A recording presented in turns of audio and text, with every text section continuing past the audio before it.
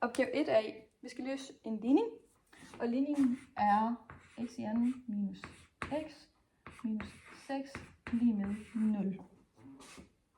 Når jeg kigger på ligningen, så kan jeg godt spotte, at det er en andengradsligning, så vi skal bruge diskriminantformlen for at løse den.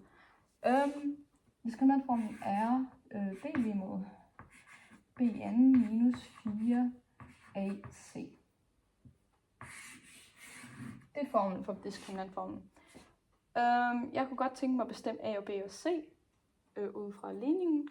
Så a er lige med 1, b er lige med minus 1, og c lige med minus 6. Det vil jeg gerne indsætte ind i formlen, så det kommer til at se sådan her ud. B i anden, det er så vores minus 1. Det bliver minus 1 i anden, minus 4 ganget med a, det er tallet 1, og ganget med c, som er minus 6. Det sætter jeg lige ind i parentesen bare for at skabe overblik. Minus 1 i anden, det giver bare plus 1.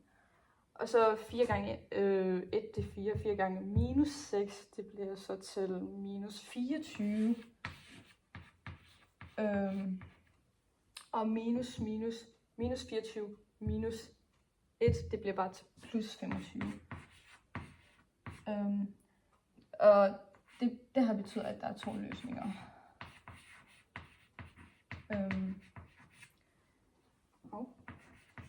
Yes, der er 2 løsninger. Nu kan vi gå videre til at finde rødderne.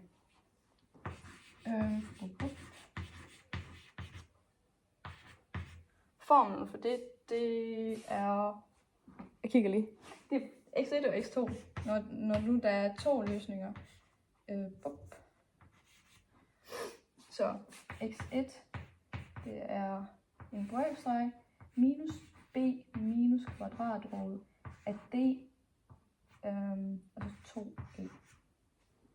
Og x2, det er det samme, bare med plus, altså bliver altså med minus b plus kvadratrod af d, 2a. Divideret med 2a. Jeg sætter tallene ind i formlen, og så regner jeg ud, hvad det giver. Måske skulle jeg have rykket. Ja, det finder jeg ud af. Sådan der.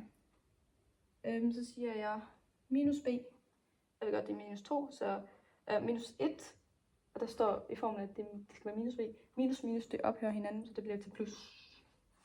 Så skriver vi bare 1 ganget med... det er ikke gange. Minus kvadratrod af d, og vi fandt ud af, at det var 25, så det bliver 25. 2 ganget med a, det er 1. Det her bliver til 1 minus 5, fordi kvadratrod er 25 til 5. Og så delt med 2.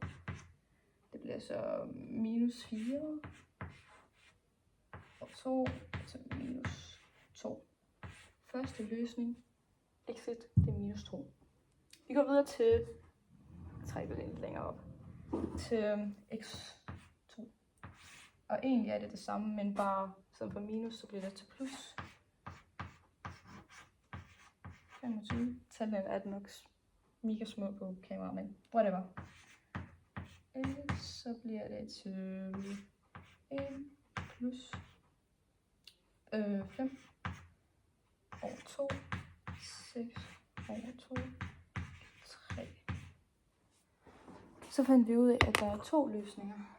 Det er de der. Oh my god. At x1 det er minus 2, og x2 er plus 3. Ja, på den måde har jeg løst opgave 1a.